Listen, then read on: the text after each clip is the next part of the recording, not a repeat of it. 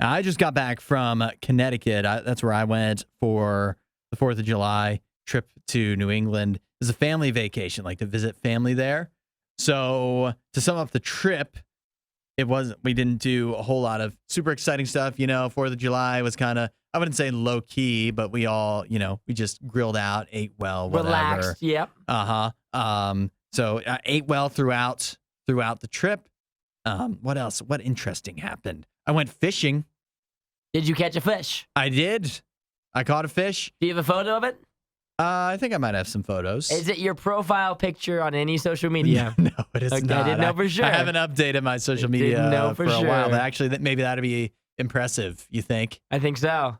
You think? Make me happy. Yeah. I don't know if fishing is for me. Didn't like it?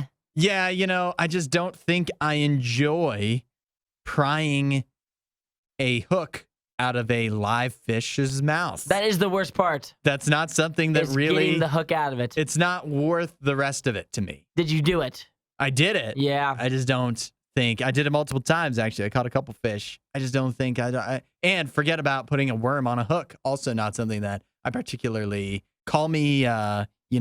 Weak. That's a little bit satisfying for me. Putting the worm on the hook. You like that part? There's something about just like puncturing the worm that sounds weird in kind of in a mean way, but there's something satisfying about like folding it over and putting it on there. I don't know. I like that part. You enjoy that? That was one of my that's one of my highlights of fishing. So you're good with that. You don't catch the fish. You don't like pulling the hook out of the fish's mouth? No chance. Now, where do you stand on ripping the worms in half so you have more worms? I'm fine with that. You're good with that too. Usually, I like to put a full one on there. Though. Oh no! And I usually, if I'm going to be doing it, I want to come strapped with worms so I can put full ones on there and I can really fold them up. Yet again, more satisfying. You're crushing the worm population. That's how it is. The way you're doing it. So yeah, I don't know if that is something that I will go back to anytime soon as far as the fishing is concerned. But the highlight of the trip, absolutely going to the beach. I got to go to the beach for a while. That exciting? Which I did. I had a good time there, but it leads me to my question. Where do you stand? And I want everybody to chime in at 8772 Radio U. When you have a beach day, where do you stand on bringing a Bluetooth to the beach? A speaker? Yeah. You can bring a speaker. You think that's okay? Yep. Because here's what happened to me. Searching for a spot on the beach. The options were, basically we either could be near somebody playing Hakuna Matata on their Bluetooth. Yes. One choice. Not offensive.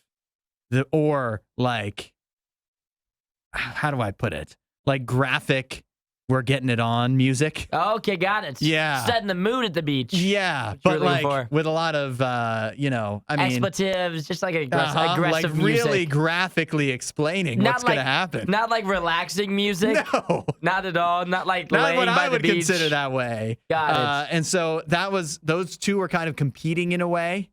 And then third group comes along and beats them all by going much louder with every Taylor Swift song imaginable. I knew it. Yep. So obnoxious they are nowadays. They won it out. Although between the three, Have we not heard it enough? I was definitely in on compared to the three. Now, I brought my own Bluetooth, but there has to be, I feel like there needs to be rules, because what happens is either you have this where everybody's competing and turning up their Bluetooth as loud as it will go because you brought it, and so you want to listen to your music. Yep. But then the other person's drowning out your music, so it just turns into a competition.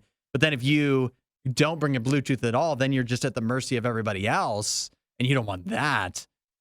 So, or just sit there in silence, which some people would enjoy. I'd probably prefer that over 4 different types of music that none of them I would choose.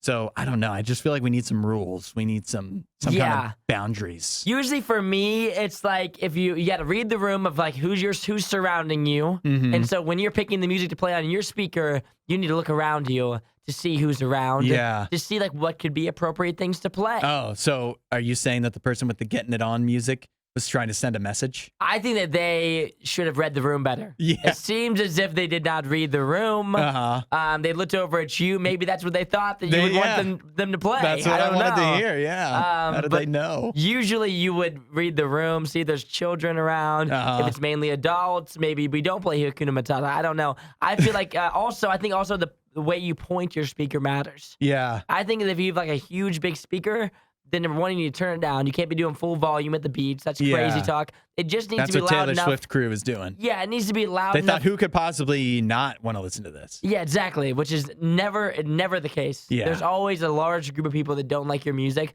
So what you need to do is have it loud enough to where your people can hear it, point it only at your group, whatever direction makes the most sense for just you all to be able to hear it.